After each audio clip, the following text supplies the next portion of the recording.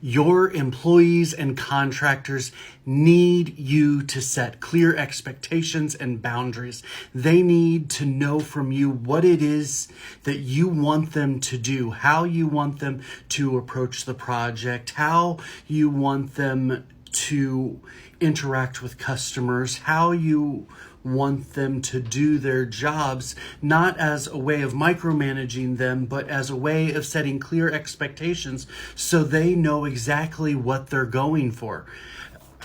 This has been a problem since early on in my leadership, that I have had to work over and over and over again to set clear boundaries because and clear expectations, because I am someone who likes to look at the big picture and think about things, and sometimes it's the details that escape me, and I need to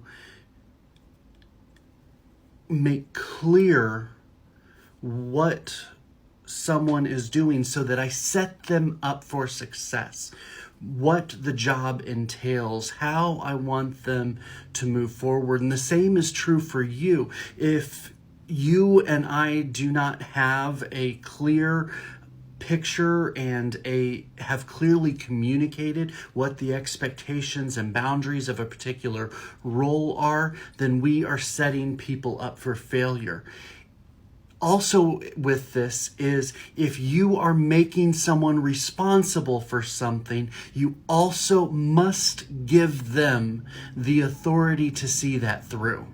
Even if it's not exactly the way that you would have pictured it or imagined it to be done, if you are going to be empowering your people to go above and beyond, then you are going to interact with your employees, with the contractors that you hire, in such a way where you say, all right, here's the overall parameters. This is the direction that I want us to go. These are things that are not on the table, and here, go, get it done.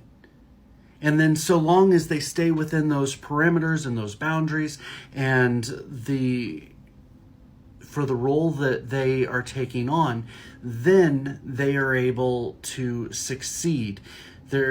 I had a mentor once say that his definition of torture was being held accountable for something that he wasn't empowered to do. And that's often what we do to employees, is we create followers rather than multiplying leaders.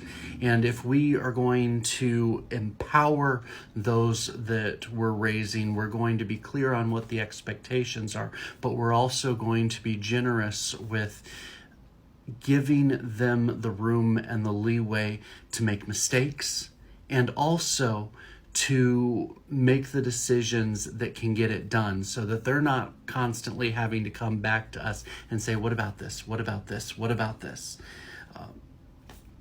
What are your thoughts? How have you dealt with this tension between empowering people and giving clear expectations and clear boundaries for a role that someone is going to fill? My name's Dan Hendon, and I help Christian business owners and entrepreneurs design their life God's way.